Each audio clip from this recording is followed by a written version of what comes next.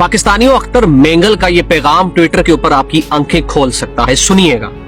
तमाम सियासी जमातें मेरा इस्तीफा कबूल करने से इनकार कर रही हैं, जो मेरे लिए हैरत का बाइस है, क्योंकि मैं पहले ही इस्तीफा दे चुका हूं और इस पार्लियामेंट का हिस्सा रहने का कोई इरादा नहीं रखता। वो समझते हैं कि वो मुझे मना लेंगे, मेरी राय बदलने पर आवादा कर लेंगे और अपनी गलतियों की माफी मांगेंगे, लेकिन मुझसे माफी मांगने की जरूरत नहीं। बलोचिस्तान की अवाम से माफी मांगे। तस्लीम करें कि आपने इनके प्यारों को छीन कर इनके दिल दुखाए। सामी और महरंग बलोच से माफी मांगे कि आपने इन्हें इस वक्त मारा जब वो आपसे सिर्फ बात करना चाहते थे। मैं सिर्फ अख्तर मेंगल नहीं हूँ, मैं इस अवाम का हिस्सा हूँ। जब आप इनसे माफी मांगेंगे तो आप मुझसे भी माफी मांग लीजिएगा। मुझे किसी से जाती दुश्मनी नहीं है, लेकिन मेरे ज़मीर ने मुझे इस फैसले पर मजबूर किया। मैंने सबको समझाने की कोशिश की, लेकिन वो बलोचिस्तान के मसाइल को हल करने पर तैयार नहीं है। जो मेरा सबसे बड़ा सवाल, क्यों? हर एक टीवी शो उठा के देख लीजिए, लंबी लंबी फहरिस्त दी जाएगी कि ऐसे मसाइल को हल करें। वो लोग ये बताएंगे जो बलोचिस्तान की इस वक्त तहरीकों के हामी है, चाहे वो हमारे सहाफी हैं, चाहे सियासतदान है। और हमारी स्टेट क्या कहेगी जनाब कि हम आहनी हाथों से निपटेंगे जो स्टेट के खिलाफ है। कभी कोई ये सवाल नहीं करता कि आखिर हल क्यों नहीं किया जाता। जो हल करने की अहलियत रखते हैं उनकी जानिब से बलोचिस्तान के मसले को क्यों नहीं हल किया जाता? कौन सी रुकावट है? क्या वो बदनीयतें हैं? क्या वो काबिलियत नहीं रखते? क्या पानी उनके सर से गुजर चुका है? हमें क्यों नहीं हकीकत बताई जा रही है? अख्तर मेंगल ने हकीकत बताई है। वो अख्तर मेंगल है जो पार्लियामेंट का पाकिस्तान के कानून का हिस्सा है, जो पाकिस्तान के आइन को पाकिस्तान को मानता है और वहां की आवाम ने उसे मुंतखब करके पार्लियामेंट में भिजवाया। आखिरी जो जुमले हैं ना अख्तर मेंगल के, उन्होंने बड़ा शदीद किस्म का दिल तोड़ा और हकीकत भी यही है। वो कहते हैं मैं पाकिस्तान में नहीं था और खुद को इस बोझ से निजात दिलाने के लिए आया हूं जो महीनों से मेरे ऊपर था। अब मैं आजाद हूं। उम्मीद है कि बाकी लोग भी जल्द इस हकीकत का इदराक कर लेंगे, इससे पहले कि बहुत देर हो जाए। मैं अब परवाज में हूं। अलविदा पार्लियामेंट। शायद हम इस वक्त मिलें जब कानून की हुक्मरानी हो। कायम रहो। ये अख्तर मेंगल साहब के तरले तमाम तर सियासी जमातों की जानिब से क्यों किए जा रहे हैं? इसलिए किए जा रहे हैं कि उन्हें पता है कि पानी सर से गुजर चुका है।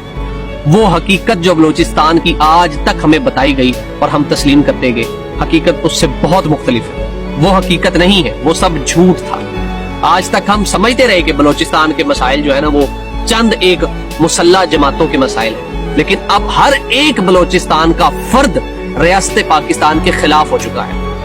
ये बात सुनने में आपको बड़ी दुखी लगेगी, बड़ा आपको गुस्सा आएगा, लेकिन हकीकत यही है। मसला ये है कि हम इसका अब भी हल नहीं करना चाह रहे। अब भी हम उन लोगों को चुन चुन के पार्लियामेंट का हिस्सा और अपना नुमाइंदा बलोचिस्तान में या मुख्तलिफ पाकिस्तान के इलाकों में बना रहे हैं जो हमारी पसंद की। अवाम की पसंद के लीडरान को हम पार्लियामेंट में पहुंचा ही नहीं रहे। अगर आप समझते हैं ना कि सबसे बड़ी जड़ मसाइल की क्या है और मसाइल हल क्यों नहीं हो रहे, तो ये वजह है कि अवाम जिस नुमाइंदे को चाहती है, अवाम जिसे अपना लीडर चाहती है, हमारी रियासत उसे लीडर मानने को तैयार ही नहीं। वो अपना असर और रसूख इस्तेमाल करके उसको घर में ही रहने देती है, उसको ना पार्लियामेंट में लाती है, ना उसे कोई अवामी ओहदा देती है। और आज अख्तर मेंगल ने भी हाथ उठा दिए हैं। पाकिस्तानियों, बलोचिस्तान के ये वो लोग हैं जो रियासत पाकिस्तान का पैगाम बलोचियों के दिलों में बिठा सकते थे अगर हमारी रियासत संजीदा होती। और मेरा फिर वही सवाल होगा, क्यों? रियासत से मेरा सवाल है, क्यों आप ऐसा कर रहे हैं? मैं समझता था कि इस वक्त पाकिस्तान का मसला सबसे बड़ा मईशत का मसला है, लेकिन आज के दिन मैं ये कह रहा हूं कि पाकिस्तान का सबसे बड़ा इस वक्त मसला तकसीम है।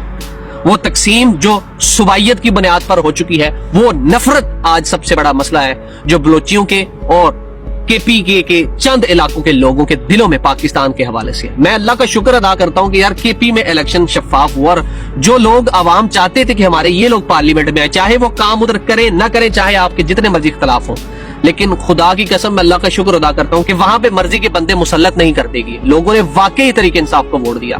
अगर ऐसा ना होता तो बलोचिस्तान से ज्यादा अबतर सूरत हाल केपीके में होती।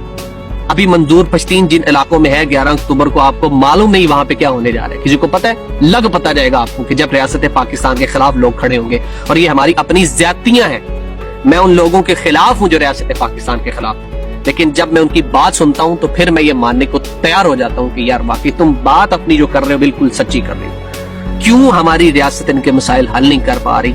इनको बताने की जरूरत ही नहीं है कि आप कैसे हल करें, इनको बहुत अच्छी तरह से पता है। لیکن میں اپنا دماغ استعمال کر کر کے پریشان ہو گیا ہوں.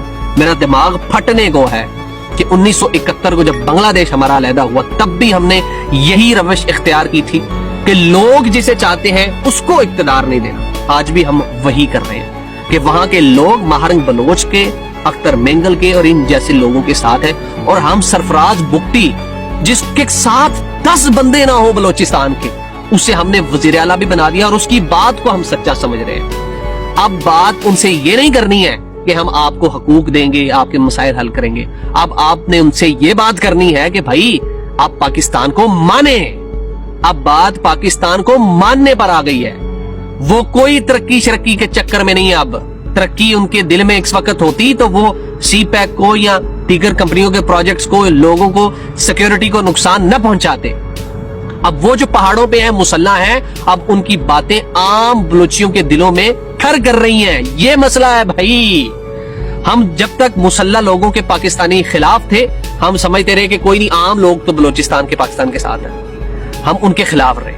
لیکن اب جب عام بلوچی بھی پاکستان کے خلاف ہو رہا ہے تو ہوش کے ناخن لو. تمہارے ہاتھوں سے تقسیم ہونے جا رہی ہے. کب تک روکو گے؟ جب تک تمہارے ساتھ عوام نہیں ہوگی. تم ہتھیار ڈنڈا چھوڑ کے تم آئٹم بم بھی ان کے سامنے لا دو کہ ہم گرا دیں گے اگر بات نہ مانی. نہیں مانیں گے, وہ نہیں مانیں گے. ان کے دلوں میں گھر کرنے کے لیے وہاں کے مقامی لیڈران پارلیمنٹ میں ہونے چاہیے اور اپنا پیغام ان کے ذریعے پہنچاؤ. تم پر کوئی اعتماد نہیں کرے گا. تمہاری تو شکل نہیں وہ دیکھنا چاہتے. اتنی نفرت تم سے وہ کرتے ہیں اور تمہاری وجہ سے کرتے ہیں کیونکہ تم سٹیٹ ہو. تم کہتے ہو انہیں احساس محرومی, وہ احساس محرومی